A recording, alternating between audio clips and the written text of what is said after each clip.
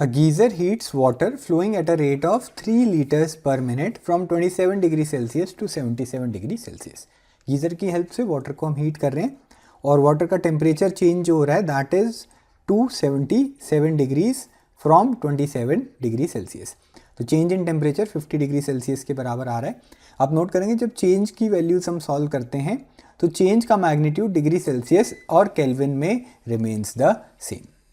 ऐसा इसलिए होता है क्योंकि अगर डिग्री सेल्सियस से इन दोनों वैल्यूज़ को मैं केल्विन में कन्वर्ट करता तो दोनों टर्म्स में 273 की टर्म ऐड हो जाती।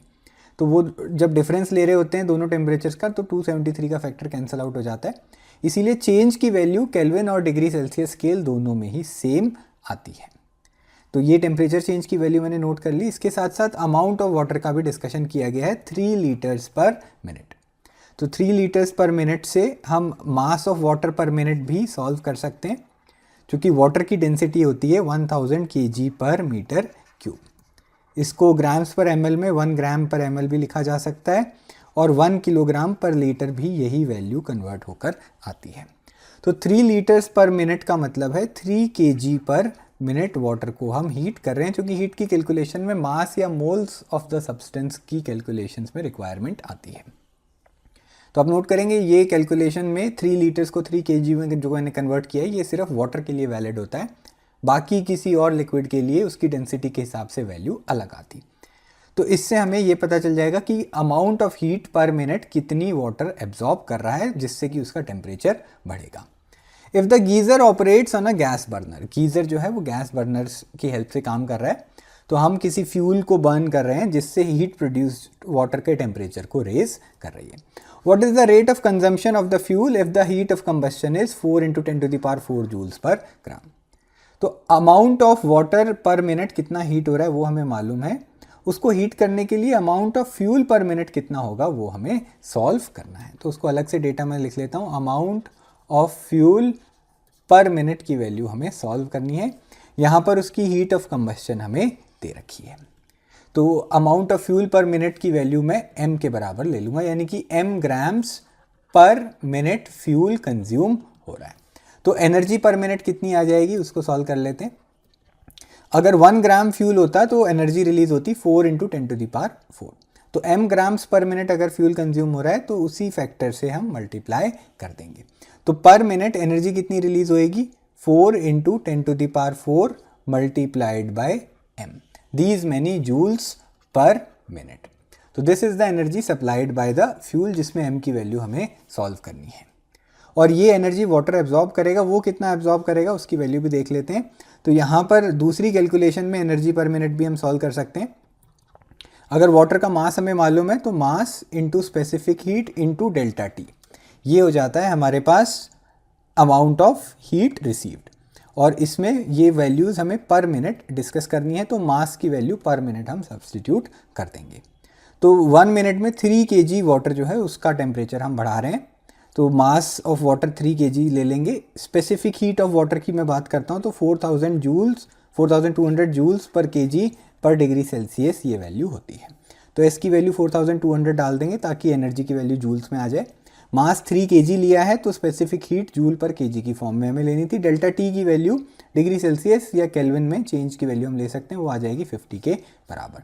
तो these many joules per minute energy per minute consumed by water हमारे पास आएगी। दोनों टर्म्स को हमें रिलेट करना है। आगे कैलकुलेशंस और कर लेते हैं थोड़ी। 42 into 5 की टर्म को मैं सॉल्व करता हूँ 210, इसको 3 से मल्टीप्लाई कर देंगे, ये आ जाएगा 630। साथ में 3 जीरोस और हैं, तो 42 into 5 into 3 की टर्म 630 आई थी, साथ में 3 जीरोस थे, तो इसको मैं लिख दूंगा 63 into 10 to the power 4 joule पर मिनट। तो अगर मास पर मिनट हमारे पास वाटर का था तो एनर्जी जूल्स पर मिनट आ गई है। और फ्यूल को बर्न करने से जो एनर्जी पर मिनट मिल रही थी वो थी 4 into 10 to the power 4 multiplied by m। तो दोनों टर्म्स को मैं रिलेट कर देता हूँ। फ्यूल को बर्न करने से जो एनर्जी मिल रही है that was the energy absorbed by water, जिसकी वजह से उसका टेम्परेचर राइज हुआ था। तो 4 into 10 to the power 4 m की वैल्यू आ गई 63 into 10 to the power 4। दोनों केसेस में आप नोट करोगे this is energy per minute. Joule पर मिनट की फॉर्म में दोनों तरफ मैंने कैलकुलेशंस की थी, दोनों तरफ यूनिट सेम है। 10 की पावर 4 कैंसिल आउट हो जाएगी, मास की वैल्यू आ जाएगी 63/4।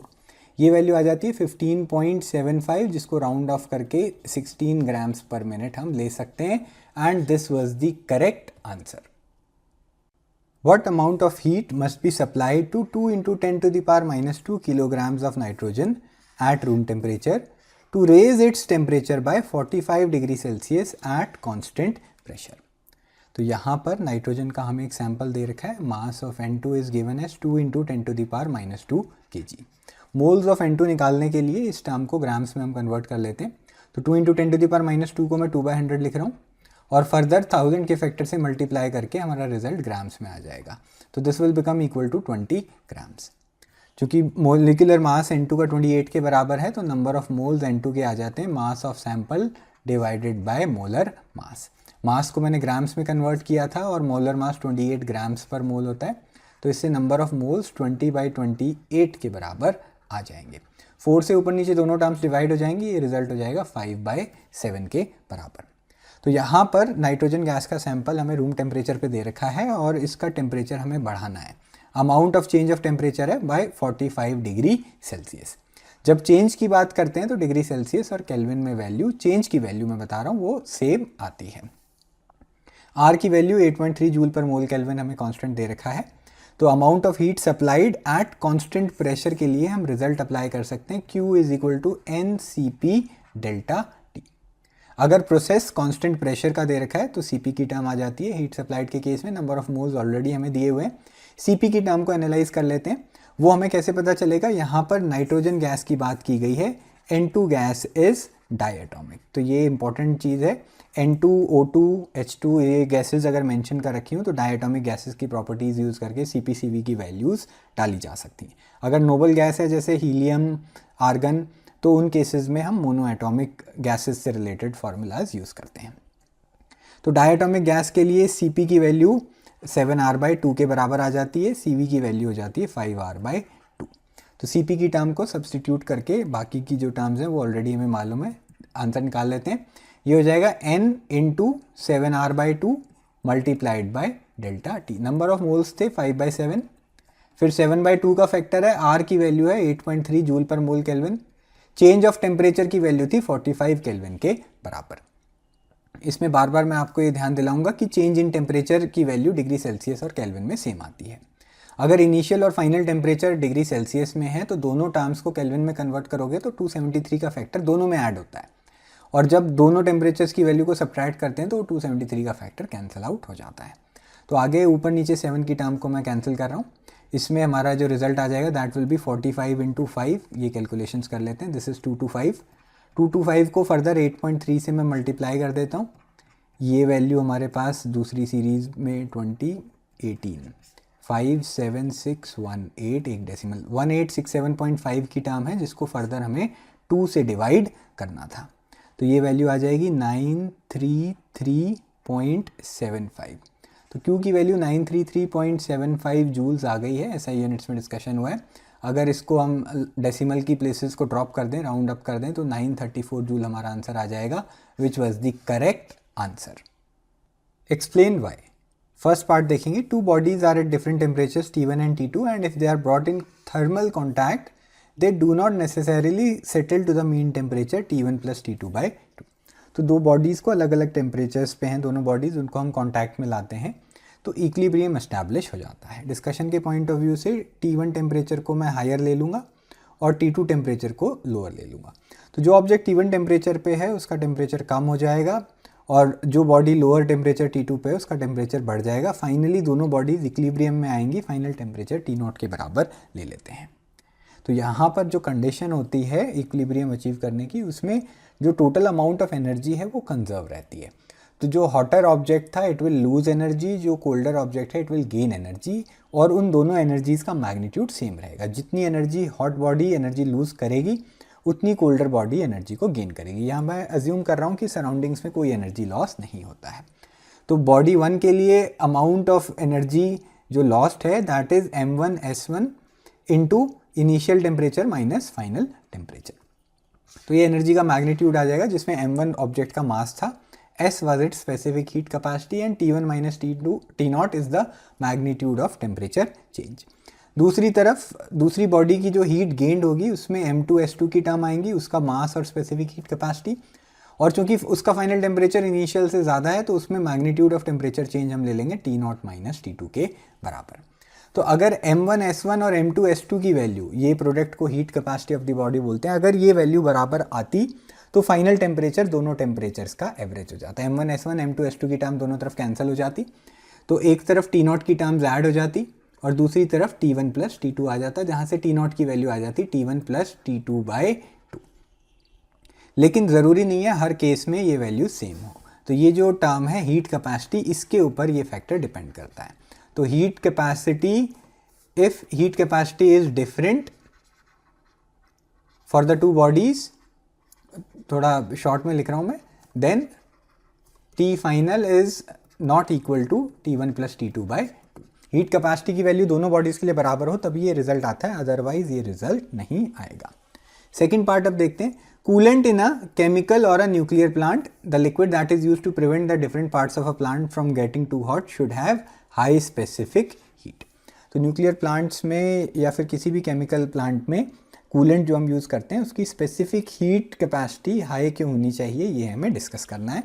तो यहाँ पर जितनी ज़्यादा हाई स्पेसिफिक हीट होगी हमारे कूलेंट की, उतना ही कम मास यूज़ होगा उस कूलेंट का, so that it can bring down the temperature of the plant by some fixed amount.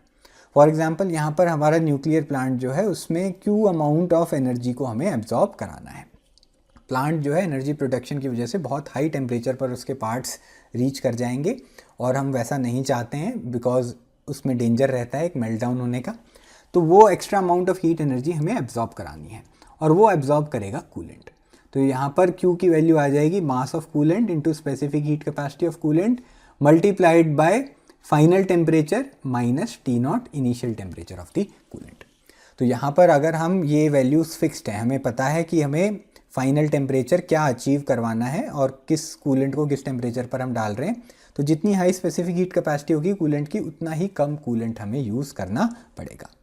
और सपोज़ अगर आपके पास ये वैल्यू आ जाती है, M की टर्म भी फिक्स कर रखी है हमने, तो फिर डेल्टा T की टर्म को हम मैनिपुलेट कर सकते हैं। जितनी ज़्यादा स्पेसिफिक हीट कैपेसिटी होगी उतना कम टेम्परेचर राइज करेगा coolant for a fixed amount of the coolant.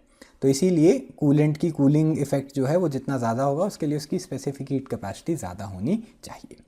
C part देखते हैं। Air pressure in a car tyre increases during driving. Driving के दौरान एयर प्रेशर जो है वो बढ़ जाता है, क्यों? क्योंकि pressure is proportional to temperature.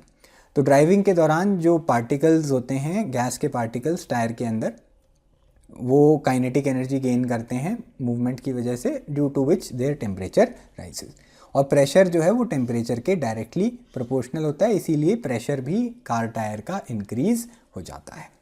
इसके साथ साथ यहाँ पर आप नोट करेंगे कि ज़्यादा फास्ट ड्राइविंग के दौरान जो नॉर्मल फोर्सेस एक्ट करती हैं ग्राउंड की वजह से, उनकी वैल्यू भी बढ़ जाती है, जिसकी वजह से टायर में थोड़ा सा कंप्रेशन आता है। वॉल्यूम कम होने की वजह से भी प्रेशर बढ़ जाता है।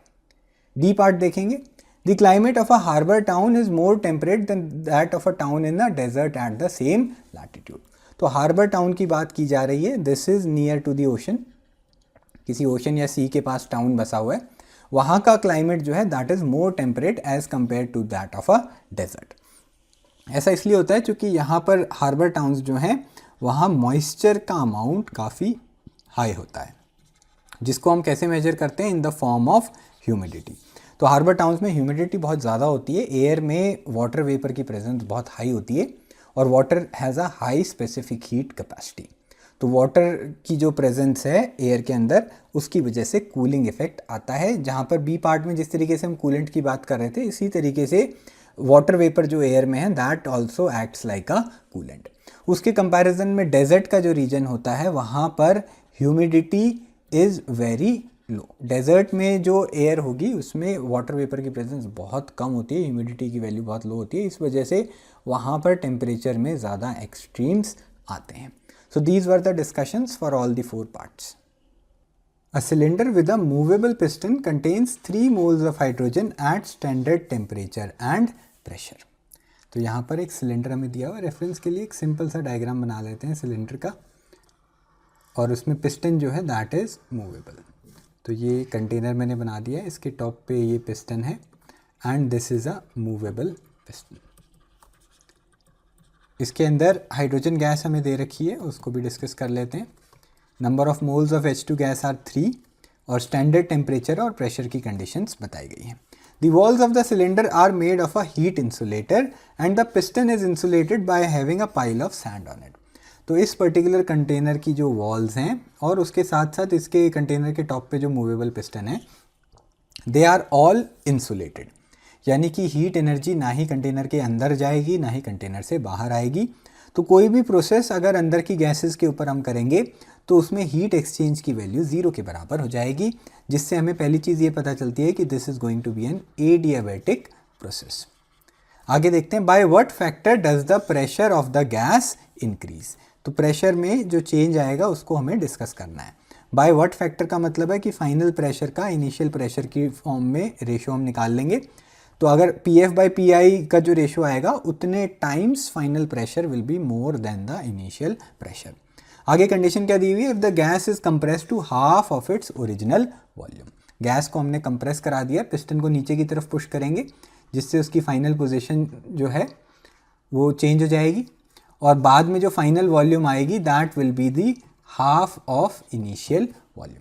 तो एडियाबैटिक प्रोसेस के लिए कंडीशन हम अप्लाई कर सकते हैं, PV की power gamma is equal to constant. क्योंकि हीट एक्सचेंज नहीं होगा इंसुलेटेड कंटेनर होने की वजह से, तो ये कंडीशन हम अप्लाई कर सकते हैं। P इनिशियल V इनिशियल की power gamma is equal to P final into V final to the power gamma. Gamma की वैल्यू जो है वो गैस पे डिपेंड करेगी, क्योंकि यहाँ पर हमें क्या दे रखा है, we are given hydrogen gas. H2 gas हमें दे रखी है, ये इंपॉर्टेंट स्टेप होता है। H2 gas is diatomic. Diatomic gases के लिए अगर स्टैंडर्ड टेम्परेचर या प्रेशर हो रूम टेम्परेचर के आसपास की कंडीशंस में गामा की वैल्यू 7/5 के बराबर आ जाती है। मोनोएटॉमिक गैस दे रखी होती तो गामा की वैल्यू 5/3 हम ले लेते हैं। तो ये कंडीशन सब्स्टिट्यूट करके हमारा रिजल्ट आएगा। वैल्यूज डालते हैं, P इनिशियल और P फाइनल के बीच में रिलेशन निकालना है। तो P initial into V initial की power 7/5 is equal to P final into V final की जगह V इनिशियल बाई 2 लिख देता हूँ मैं, की पावर 7/5। तो वॉल्यूम की टर्म्स को एक तरफ और प्रेशर को एक तरफ कर लेते हैं। P final upon P initial, यानी कि P इनिशियल की टर्म को मैं डिनोमिनेटर में ले गया हूँ, is equal to V initial upon V final which is VI/2 power 7/5। दोनों तरफ वॉल्यूम की टर्म्स की पावर 7/5 थी, तो V इनिशियल की टर्म को V इनिशियल बाई 2 से मैंने दूसरी तरफ डिवाइड कर दिया। डिनोमिनेटर के डिनोमिनेटर में जो 2 की टर्म है वो ऊपर आ जाएगी, V इनिशियल की टर्म ऊपर नीचे कैंसिल हो जाएगी, हमारा रिजल्ट आ जाएगा 2 की पावर 7/5। अब ये जो टर्म है इसको 2 की पावर 1.4 भी लिख सकते हैं। इसको सॉल्व करने के लिए आपको या तो लॉग टेबल्स या कैलकुलेटर की अवेयरनेस होनी चाहिए, बाकी एक रफ आइडिया ले सकते हैं। 2 की पावर 1 यानी कि 2 से बड़ा होगा और 2 की पावर 2 4 से छोटा होगा। 2 और 4 के बीच में कहीं हमारा रिजल्ट आने वाला है, बाकी आप कैलकुलेटर से चेक कर लेंगे, ये रिजल्ट आ जाएगा 2.64 के बराबर। PF अपॉन PI का जो रेशो है ये 2.64 के बराबर आया है। इसका मतलब है final pressure is 2.64 times the initial pressure. तो गैस को हमने एडियाबैटिकली कंप्रेस किया जिसकी वजह से फाइनल प्रेशर बढ़ गया है and this was the correct answer. In changing the state of a gas adiabatically from an equilibrium state A to another equilibrium state B, तो यहाँ पर गैस की स्टेट हम चेंज कर रहे हैं, उसकी इनिशियल स्टेट A की बात की जा रही है। तो उस सिचुएशन में pressure PA, volume VA, temperature TA हम ले सकते हैं और फिर उसको हमने स्टेट चेंज कर दी है। एक ऐसा प्रोसेस, थर्मोडायनेमिक प्रोसेस हमने किया जिसमें फाइनल वॉल्यूम, प्रेशर और टेम्परेचर की वैल्यूज़ भी मैं शो कर रहा हूँ। तो स्टेट यहाँ पर चेंज हो रही है and amount of work equal to 22.3 joule is done on the system. तो पहले केस में यहाँ पर आप देखेंगे एडियाबैटिक प्रोसेस हमें दे रखा है और एडियाबैटिक प्रोसेस के लिए जो कंडीशंस हैं वो नोट कर लेंगे। इसमें Q की वैल्यू 0 के बराबर आएगी। जब कोई भी हीट एक्सचेंज नहीं होती सिस्टम की सराउंडिंग्स के साथ, उस प्रोसेस को एडियाबैटिक बोलते हैं। इसके अलावा work is done on the system, तो वर्क डन की वैल्यू साइन कन्वेंशन के हिसाब से -22.3 जूल्स के बराबर हम लेंगे। फर्स्ट लॉ ऑफ थर्मोडायनेमिक्स में आप ध्यान देंगे, फिजिक्स और केमिस्ट्री में यूजुअली साइन कन्वेंशन हम थोड़ी डिफरेंट लेते हैं। तो यहाँ पर जो फिजिक्स में हम साइन कन्वेंशन लेते हैं इसमें heat supplied to the system, यानी कि हीट सिस्टम एब्जॉर्ब करता है और उस हीट को एब्जॉर्ब करके some work will be done by the system and there will be an increase in the internal energy of the system. तो किसी भी प्रोसेस में heat supplied to the system, यानी कि heat is absorb by the system को हम positive लेते हैं, work done by the system positive होता है, और इंक्रीज इन इंटरनल एनर्जी की वैल्यूज़ को हम पॉजिटिव लेते हैं। तो यहाँ पर टर्म यूज़ की गई है work is done on the system. तो work done by the system अगर हम पॉजिटिव लेते हैं तो work done on the system की वैल्यू हम नेगेटिव साइन के साथ लेंगे। तो इतना पार्ट मैंने नोट कर लिया। आगे देखते हैं। If the gas is taken from state A to B, अब दोबारा इनिशियल स्टेट ए और फाइनल स्टेट बी हमें डिस्कस करनी है। Via a process in which the net heat absorbed by the system is 9.35 calories. तो अब same initial और final states हमें दे रखी हैं, बट प्रोसेस को चेंज कर दिया है। तो पहला जो प्रोसेस था उसमें जो डेटा था उसको Q1 और W1 लिख लेंगे, और दूसरा जो डेटा था न्यू प्रोसेस, उस पर्टिकुलर प्रोसेस का नाम नहीं दिया हुआ, उसमें net heat absorbed by the system की वैल्यू Q2 की वैल्यू दे रखी है 9.35 कैलोरीज के बराबर। सिस्टम हीट एब्जॉर्ब कर रहा है, यानी कि heat is supplied to the system, उस केस में Q2 की वैल्यू प्लस के साइन के साथ लिखी है मैंने। एक और इंपॉर्टेंट चीज़, हीट सप्लाइड कैलोरी की यूनिट्स में दी हुई है, ऐसा यूनिट जूल में इसको कन्वर्ट कर लेंगे, क्वेश्चन के एंड में कन्वर्जन फैक्टर हमें दे रखा है। तो Q2 की वैल्यू प्लस 9.35 इंटू 4.19 जूल्स में मैं एक्सप्रेस कर दूंगा। यहाँ पे ये चीज़ इंपॉर्टेंट है, एक कैलोरी 4.19 जूल्स के बराबर है, तो जितनी भी कैलोरीज दी हुई थी उसको 4.19 के फैक्टर से मैंने मल्टीप्लाई कर दिया। साइड में ये कैलकुलेशंस मैं करके दिखा देता हूँ आपको। 9.35 को 4.19 से मल्टीप्लाई कर लेते हैं। ये वैल्यू हमारे पास पहली सीरीज़ आएगी 8415, दूसरी लाइन में 935 एज इट इज़ मैं लिख देता हूँ। थर्ड टर्म इज़ 4 इंटू 5 20, 12 14, 4 9 36 37, 5 6 7, 9 8 17 और 4 21 3 9। 4 डेसिमल के बाद डिजिट्स हैं, 39.1765 ये वैल्यू आ जाएगी। तो इसको राउंड ऑफ करके 39.2 जूल्स में ले रहा हूँ। तो लास्ट की 3 डिजिट्स को मैंने राउंड ऑफ कर दिया है, 39.2 जूल्स Q2 की वैल्यू आ गई है। How much is the net work done by the system in the latter case. तो दूसरे प्रोसेस में work done by the system W2 की वैल्यू हमें सॉल्व करनी है। तो ऑलरेडी हिंट दे दिया गया, work is done by the system, तो W2 की वैल्यू पॉजिटिव आनी चाहिए। अगर W2 की value first law of thermodynamics apply करके नेगेटिव आ जाती है, इसका मतलब है work is done on the system. तो यहाँ पर इंपॉर्टेंट चीज़ क्या है कि दोनों केसेस में इनिशियल और फाइनल स्टेट सेम दे रखी हैं, और फर्स्ट लॉ ऑफ थर्मोडायनेमिक्स में आप नोट करोगे डेल्टा यू जो होता है it is a state function. Delta U process पे डिपेंड नहीं करता है, वो इनिशियल और फाइनल स्टेट पे डिपेंड करता है। तो अगर इनिशियल और फाइनल स्टेट दोनों केसेस में सेम दे रखी हैं तो दोनों केसेस में डेल्टा यू की वैल्यू सेम आएगी दोनों प्रोसेसेस के लिए। तो फर्स्ट लॉ ऑफ थर्मोडायनेमिक्स दोनों प्रोसेसेस के लिए अप्लाई कर देंगे। डेल्टा U1 की वैल्यू आ जाएगी Q1 minus W1, delta U2 की वैल्यू आ जाएगी Q2 माइनस W2, और दोनों केसेस में इनिशियल फाइनल स्टेट सेम है, तो डेल्टा U1 और U2 की वैल्यू मैं इक्वेट कर रहा हूँ। तो यहाँ से रिजल्ट आ गया Q1 minus W1 is equal to Q2 minus W2। Q1 की वैल्यू 0 लेंगे, एडियाबैटिक प्रोसेस था। W1 की वैल्यू माइनस 22.3 लिखेंगे because work was done on the system. दूसरी तरफ Q2 की वैल्यू 39.2 लिखेंगे प्लस के साइन के साथ, because heat was supplied to the system, और माइनस के बाद W2 की वैल्यू हमें सॉल्व करनी है। तो ये जो टर्म्स हैं माइनस दोनों मिलके 22.3 की टर्म हो जाएगी, दूसरी तरफ आ गई 39.2 माइनस W2। माइनस W2 को दूसरी तरफ में ले जाऊंगा, हमारा फाइनल रिजल्ट 39.2 माइनस 22.3 आ जाएगा। यहाँ पर ये कैलकुलेशन भी मैं साइड में कर लेता हूँ, इससे रिजल्ट आने वाला है हमारा, ये वैल्यू आ जाती है 16.9 जूल्स के बराबर। तो ये वैल्यू पॉजिटिव आई है, इसका मतलब है work was done by the system, और उसकी वैल्यू 16.9 जूल्स है। This was the correct answer. Two cylinders A and B of equal capacity are connected to each other via a stopcock. Reference के लिए एक सिंपल सा diagram बना लेते हैं। यहाँ पर हमारे पास दो कंटेनर्स को एक स्टॉपकॉक से कनेक्ट कर रखा है, दोनों की बराबर कैपेसिटी है, दोनों की वॉल्यूम मैं सेम लूँगा। तो बीच में एक छोटी सी ट्यूब बना देते हैं नेग्लिजिबल वॉल्यूम की, जिससे दोनों को कनेक्ट किया हुआ है, and there is a stopper जिसकी वजह से दोनों के कनेक्शन को शुरू में हमने रोका हुआ है। तो ये दोनों कंटेनर्स को नाम 1 और 2 दे देता हूँ, दोनों की वॉल्यूम V के बराबर हमें दी हुई है। तो ये जो सिलेंडर्स थे इनके नाम A और B थे, तो A और B अकॉर्डिंगली नाम रख देते हैं। A gas A contains a gas at standard temperature and pressure. Container A में जो गैस है दैट इज़ एट STP। यहाँ पर टेम्परेचर की वैल्यू 273 केल्विन और प्रेशर की वैल्यू 1 atm में लूँगा। रिसेंटली STP कंडीशंस में प्रेशर को हम 1 बार लेते हैं, बट यहाँ पर 1 atm से ही मैं डिस्कशन कर रहा हूँ। B इज़ कम्प्लीटली इवैक्यूएटेड, तो कंटेनर B जो है दैट इज़ कम्प्लीटली एम्प्टी, कोई भी गैस नहीं है यहाँ पर। इस पर्टिकुलर कंटेनर में pressure will be equal to 0। The entire system is thermally insulated, तो सराउंडिंग्स के साथ कोई भी हीट एक्सचेंज नहीं होने वाली है, क्यू की वैल्यू हम 0 रखेंगे। The stopcock is suddenly opened, और एकदम से हमने इस स्टॉप कॉक को ओपन कर दिया है, जिससे क्या होगा, दोनों गैसेस के कंटेनर जो हैं, दोनों कंटेनर जो हैं वो कनेक्ट हो जाएंगे आपस में, और ये जो कंटेनर ए में गैस थी it can freely expand. Free expansion term मैं यहाँ पर यूज़ करूँगा, इसके ऊपर फोकस करना बहुत ज़रूरी है।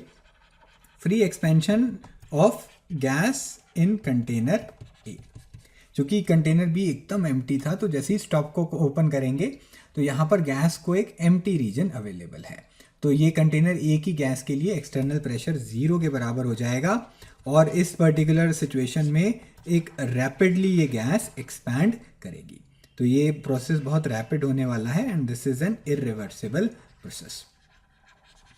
तो इस पर्टिकुलर सिचुएशन में जो कंडीशंस हैं वो हमें डिस्कस करनी है कि फाइनल प्रेशर की वैल्यू क्या होगी, चेंज इन इंटरनल एनर्जी क्या होगी, and what is the change in temperature, ये सब कैलकुलेशंस हम करेंगे। तो फ्री एक्सपेंशन के केस में एक्सटर्नल प्रेशर 0 के बराबर हो जाता है, तो work done by the gas जो होगा that is P external into delta we. चूँकि एक्सटर्नल प्रेशर 0 था तो वर्क डन 0 हो जाएगा। थर्मली इंसुलेटेड कंटेनर है, सराउंडिंग्स के साथ कोई भी हीट एक्सचेंज नहीं होगी, क्यू की वैल्यू भी 0 हो जाएगी। और इस हिसाब से अगर आप इनिशियल और फाइनल कंडीशंस में first law of thermodynamics apply करते हैं तो क्यू की वैल्यू हो जाती है heat supply to the system is equal to increase in its internal energy plus work done by the system. तो Q और W दोनों की वैल्यूज अगर 0 हैं तो डेल्टा U की वैल्यू भी 0 आ जाती है। तो फ्री एक्सपेंशन में एक तो डेल्टा U की टर्म 0 के बराबर हो गई है। डेल्टा U किसी भी प्रोसेस के लिए is proportional to the change in its temperature. Ideal gas की मैं बात कर रहा हूँ, तो N CV डेल्टा T के बराबर हम इसको रख सकते हैं। अगर डेल्टा U की वैल्यू 0 है तो डेल्टा T की वैल्यू भी 0 के बराबर आ जाएगी। तो चेंज इन टेम्परेचर 0 के बराबर हो गया। चेंज इन इंटरनल एनर्जी जो है that is also equal to 0। A part अब देख लेते हैं, फाइनल प्रेशर गैस का क्या होगा। उसके लिए P V is equal to NRT की इक्वेशंस इनिशियल और फाइनल स्टेट में हम अप्लाई कर सकते हैं। तो इनिशियल केस में पी इनिशियल था, वॉल्यूम वी ले लेते हैं, this is equal to NRT. P final जो है उसके साथ वॉल्यूम की वैल्यू 2v ले लेंगे, क्योंकि अब दोनों कंटेनर्स की वॉल्यूम फाइनली गैस के लिए अवेलेबल है, तो gas total 2v volume occupy करेगी। दूसरी तरफ की टर्म सेम रहेगी, क्योंकि total amount of gas same है और टेम्परेचर चेंज भी 0 के बराबर था, तो इनिशियल और फाइनल टेम्परेचर भी मैं सेम ले रहा हूँ। तो यहाँ से पी इनिशियल इंटू वी की वैल्यू आ जाएगी 2 times P final into V. P final की वैल्यू आ जाती है P initial divided by 2। P initial 1 ATM के बराबर था, एसटीपी की कंडीशन हमें दे रखी थी, उससे 2 से डिवाइड कर देंगे तो पी फाइनल की वैल्यू आ जाएगी 0.5 ATM के बराबर। तो ए बी सी पार्ट हमने डिस्कस कर लिए हैं। डी पार्ट देखते हैं। Do the intermediate states of the system before settling to the final equilibrium state lie on its PVT surface. तो इसमें आंसर हमारा नो आएगा। ऐसा क्यों हो रहा है? क्योंकि यहाँ पर क्वासी स्टैटिक रिवर्सिबल प्रोसेस नहीं हुआ, एकदम रैपिड एक्सपेंशन होगा गैस का सडन, तो ये एक इरिवर्सिबल प्रोसेस रहेगा। तो इंटरमीडिएट स्टेट्स जो हैं they will not be in equilibrium with each other. तो इंटरमीडिएट स्टेट्स जो हैं they are not in equilibrium, जिसकी वजह से वो PV is equal to NRT जो आइडियल गैस इक्वेशन है वो इंटरमीडिएट स्टेट्स में फॉलो नहीं करती हैं। तो इनिशियल और फाइनल स्टेट इक्विलिब्रियम में है, but intermediate states they are not equal, तो वो पीवीटी का सरफेस है, यानी कि PV is equal to NRT को इक्वेशन को सेटिस्फाई करने वाले जो पॉइंट्स हैं उस पे इंटरमीडिएट स्टेट्स लाई नहीं करती हैं। So this was the discussion of all the parts. I will now move on to the next problem. A steam engine delivers 5.4 into 10 to the power 8 joules of work per minute and services 3.6 into 10 to the power 9 joules of heat per minute from its boiler। तो 1 minute में discussion किया गया है, पर minute energy के discussions किए जा रहे हैं। यहाँ पर amount of work done per minute W की वैल्यू दी हुई है 5.4 into 10 to the power 8 joules, और हीट जो कि एब्जॉर्ब की जा रही है फ्रॉम इट्स बॉयलर। बॉयलर जो है that is the hot reservoir, और हॉट रिजर्वायर में से जो हीट मिल रही है पर मिनट इंजन को, उसकी वैल्यू Q1 से हम डिनोट करेंगे, this is equal to 3.6 into 10 to the power 9 joules. What is the efficiency of the engine and how much heat is wasted per minute. तो ये जो सराउंडिंग्स में हीट रिजेक्ट की जाती है इंजन से, Q2 that is the amount of heat wasted, उसकी value हमें निकालनी है। सभी डिस्कशंस 1 मिनट के लिए हम कर रहे हैं। और उसके साथ साथ इस पर्टिकुलर इंजन की एफिशिएंसी की वैल्यू भी हमें डिस्कस करनी है। तो रेफरेंस के लिए वर्किंग डायग्राम हम देख लेते हैं। तो यहाँ पर ये जो इंजन है it absorbs Q1 amount of heat in one cycle, और वो सराउंडिंग्स में Q2 एनर्जी को रिजेक्ट कर देता है, and in this process it does work done W। तो work done W is work done by the system, Q1 is heat absorbed and Q2 is heat rejected. First law of thermodynamics यहाँ पर engine के लिए जब हम apply करते हैं जिसमें साइक्लिक प्रोसेसेस कंडक्ट किए जाते हैं, तो W की वैल्यू Q1 माइनस Q2 के बराबर आ जाती है। और उसके साथ साथ एफिशिएंसी की टर्म को हम डिफाइन करते हैं, this is the amount of work done by the system divided by amount of heat absorbed from the hot reservoir. कितनी हीट एब्जॉर्ब करके इफेक्टिवली कितना वर्क डन इंजन कर रहा है, that ratio is known as the efficiency. तो percentage efficiency निकालने के लिए ये जो रेशो आता है जो कि 1 से कम आएगा, उसको हम 100 से मल्टीप्लाई कर देते हैं। तो दोनों कैलकुलेशंस यहाँ पर कर लेंगे। W1 और Q दोनों की वैल्यूज़ पर मिनट हमें ऑलरेडी दी हुई है, तो इनका रेशो हम निकाल सकते हैं। तो पहले पार्ट में एफिशिएंसी का रेशो आ जाएगा W की टर्म 5.4 इंटू 10⁸ डिवाइडेड बाय, अब Q1 की टर्म में 10⁹ दी हुई है जो कि 10⁸ से बड़ी है। तो कंपैरिजन आसान करने के लिए दोनों की 10 की पावर्स की टर्म सेम कर लेते हैं। तो 3.6 को 10 से मल्टीप्लाई कर देंगे, 36 हो जाएगा, साथ में 10⁸ बच जाएगी। अब देखें 10⁹ को दो पार्ट्स में मैंने बांट लिया, 10⁸ को एज इट इज़ लिख दिया और 10 के फैक्टर को 3.6 से मल्टीप्लाई कर दिया है। तो ये रिजल्ट हमारा इस तरीके से आ गया। अगर परसेंटेज एफिशिएंसी निकालते हैं तो ये जो रेशो था इसको हम 100 से मल्टीप्लाई कर सकते हैं। 10⁸ की टर्म्स को ऊपर नीचे मैं कैंसिल कर रहा हूँ, परसेंटेज एफिशिएंसी आ जाएगी 5.4 into 100 which is 540 divided by 36। 18 into 2 की टर्म डिनोमिनेटर में आ जाएगा, 18 इंटू 30 की टर्म ऊपर आ गई, परसेंटेज एफिशिएंसी आ गई 15% के बराबर। अगर हम सिर्फ रेशो लेते हैं, 100 का फैक्टर नहीं लेके आते, तो 0.15 एफिशिएंसी इस इंजन की हो जाती। Q2 की टर्म जो है that is the amount of energy rejected to the surroundings, उसकी वैल्यू भी सॉल्व कर लेते हैं।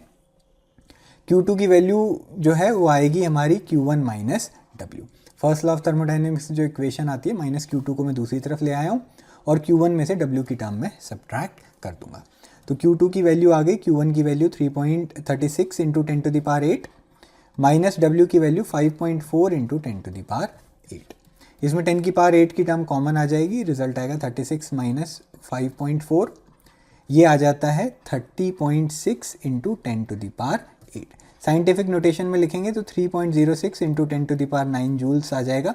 चूँकि Q1 और W की वैल्यू पर मिनट हमने ली थी, तो ये जो amount of heat energy rejected आई है ये भी पर मिनट आई है। तो हीट वेस्टेड पर मिनट की वैल्यू आ जाएगी 3.06 इंटू 10⁹ तो जूल्स पर मिनट इसको हम बोलेंगे। और लास्ट की डिजिट को राउंड ऑफ करके 3.1 इंटू 10⁹ भी इसको लिखा जा सकता है। तो दोनों जो एफिशिएंसी और हीट रिजेक्टेड के अमाउंट आए थे, these were the correct answers. An electric heater supplies heat to a system at a rate of 100 watt. तो हमारे पास एक सिस्टम है जिसको amount of heat supplied Q1 की वैल्यू में दे रखी है 100 वाट के बराबर, यानी कि 100 जूल एनर्जी सप्लाई हो रही है एवरी सेकेंड। तो इन 1 सेकेंड सभी एनर्जी की वैल्यूज़ को हम डिस्कस कर लेंगे। If system performs work at a rate of 75 joules per second, work done by the system भी हमें दिया हुआ है, this is equal to 75 joules, data is for 1 second, at what rate is the internal energy increasing. तो internal energy का जो increase का rate है वो हमें डिस्कस करना है। Straightforward first law of thermodynamics हम अप्लाई कर सकते हैं। यहाँ पर total energy supplied to the system जो जाती है, heat energy supplied to the system, that is equal to work done by the system plus increase in its internal energy. First law of thermodynamics को हम apply करेंगे। तो यहाँ पर सारा डेटा 1 सेकेंड के लिए दिया हुआ है, हीट सप्लाइड और वर्क डन का। तो इंटरनल एनर्जी का डेटा भी 1 सेकेंड के हिसाब से आ जाएगा। तो Q की वैल्यू अगर मैं डालता हूँ 100 जूल्स, तो उसमें से 75 joule was work done by the system और बची हुई अमाउंट आ जाएगी इंटरनल एनर्जी। तो इंटरनल एनर्जी का इंक्रीज आ जाएगा 100 माइनस 75, 25 जूल्स के बराबर, and this amount of internal energy is increasing in 1 second. तो रेट ऑफ चेंज की अगर मैं बात करता हूँ, rate of internal energy increase that will B delta U by delta T। तो अमाउंट है 25 जूल्स और टाइम है 1 सेकेंड, तो 25 watt is the rate of increase of internal energy. This was the correct answer.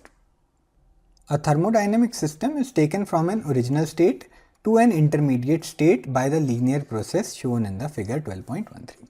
तो एक particular system के लिए PV diagram हमें दिया हुआ है जहाँ पर एक लीनियर प्रोसेस दिया गया है D से E. Its volume is then reduced to the original value from E to F by an isobaric process. उसके बाद E से F का जो प्रोसेस है वो आइसोबारिक है, प्रेशर कांस्टेंट है और उस प्रोसेस में वॉल्यूम की वैल्यू कम हो रही है एंड फाइनली F पॉइंट पे जो वॉल्यूम की वैल्यू आ रही है वो इनिशियल D पॉइंट पर वॉल्यूम की वैल्यू के बराबर हो गई है, यानी कि 2 मीटर क्यूब. तो इस ग्राफ को आप एनालाइज करेंगे. इनिशियल स्टेट अगर हम D ले लेते हैं तो वहाँ पर प्रेशर की वैल्यू है 600 और वॉल्यूम की वैल्यू है 2 मीटर क्यूब के बराबर. ई पॉइंट पर आप एनालाइज करेंगे तो प्रेशर की वैल्यू है 300 न्यूटन पर मीटर स्क्वायर और वॉल्यूम की वैल्यू है 5 मीटर क्यूब के बराबर. और एफ स्टेट में जब आए तो वॉल्यूम की वैल्यू वापस 2 मीटर क्यूब हो गई और प्रेशर की वैल्यू हो गई 300 न्यूटन पर मीटर स्क्वायर. क्योंकि ई से एफ प्रोसेस में आइसोबारिक प्रोसेस था तो प्रेशर की वैल्यू ई और एफ में सेम है. Calculate the total work done by the gas from D to E to F. तो डी से ई और ई से एफ के प्रोसेस में हमें total work done by the gas को सॉल्व करना है. पीवी डायग्राम अगर हमारे पास हो तो work done by the gas को हम उससे सॉल्व कर सकते हैं. तो work done by the gas की वैल्यू आ जाती है area under the PV diagram. तो एरिया की कैलकुलेशन में डायरेक्शन भी हमें लेनी है. जब वॉल्यूम इंक्रीज हो रही होगी तो वर्क डन को हम पॉजिटिव रखेंगे और जिस प्रोसेस में वॉल्यूम डिक्रीज हो रही है उस केस में वर्क डन की वैल्यू नेगेटिव आएगी. तो इंडिविजुअली सभी प्रोसेसेस को देख लेते हैं. अगर work done in the process D to E मुझे डिस्कस करना है तो ये डी से ई वाली जो लाइन है इसके नीचे का एरिया मुझे सॉल्व करना होगा. तो जो एरिया मुझे सॉल्व करना है उसको मैं शेड कर देता हूँ. तो यहाँ पर अगर सिर्फ डी से ई की मैं बात करूँ तो एक ट्रेपीजियम शेप का एरिया बनेगा पीवी डायग्राम के नीचे और उस एरिया की वैल्यू को मुझे कैलकुलेट करना है. तो यहाँ पर इस पर्टिकुलर केस में ट्रेपीजियम का एरिया निकालने का फॉर्मूला हम अप्लाई कर सकते हैं. इसमें आप देखेंगे दोनों पैरेलल साइड्स जो हैं, एक साइड है यहाँ पर जिसकी वैल्यू है 600 न्यूटन पर मीटर स्क्वायर, दूसरी साइड आप देखेंगे that is equal to 300 newton per metre square और दोनों पैरेलल साइड्स के बीच में जो परपेंडिकुलर डिस्टेंस है वो 5 - 2 3 मीटर क्यूब के बराबर आ जाएगा. तो हाफ फॉर्मूला अप्लाई कर रहा हूँ मैं, half into sum of parallel sides 600 plus 300 proper units में यूज़ करेंगे multiplied by distance between the parallel sides 3 metre cube. ये कैलकुलेशंस कर लेंगे. 600 प्लस 300 900 बाई 2 450 हो जाएगा. 450 into 3 is equal to 1350 joules. तो डी से ई के प्रोसेस में वर्क डन मैंने डिस्कस कर लिया है. ई से एफ में भी इसी तरीके से डिस्कस कर सकते हैं. तो ई टू एफ का जो प्रोसेस है उस पर आप अगर फोकस करेंगे तो आइसोबारिक प्रोसेस है, प्रेशर की वैल्यू कांस्टेंट है, उसके नीचे का पार्ट का एरिया हमें सॉल्व करना है. तो अब अलग तरीके की शेडिंग कर देता हूँ. ई से एफ वाली जो लाइन है उसके नीचे का जो एरिया है विद द वॉल्यूम एक्सिस वो आपको बनाना है. तो ये जो रेड कलर से मैंने नई शेडिंग की है उसका एरिया हमें निकालना है. आप नोट करेंगे ये पहले वाले एरिया में कुछ पार्ट ओवरलैप हो रहा है. तो ये पूरा एरिया शेडेड वाला हमें निकालना है. रेक्टेंगल का फॉर्मूला यहाँ पर अप्लाई किया जा सकता है.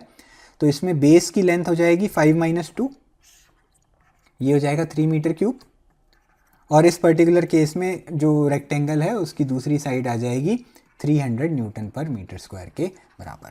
तो 3 इंटू 300 की टर्म आ जाएगी और साथ में मैं माइनस का साइन लगा रहा हूँ क्योंकि इसमें आप देखेंगे ये ग्राफ ई से एफ लेफ्ट की तरफ जा रहा है. तो लेफ्ट की तरफ अगर आप जाते हैं तो एरिया नेगेटिव आता है, कैलकुलस में भी आप पढ़ेंगे.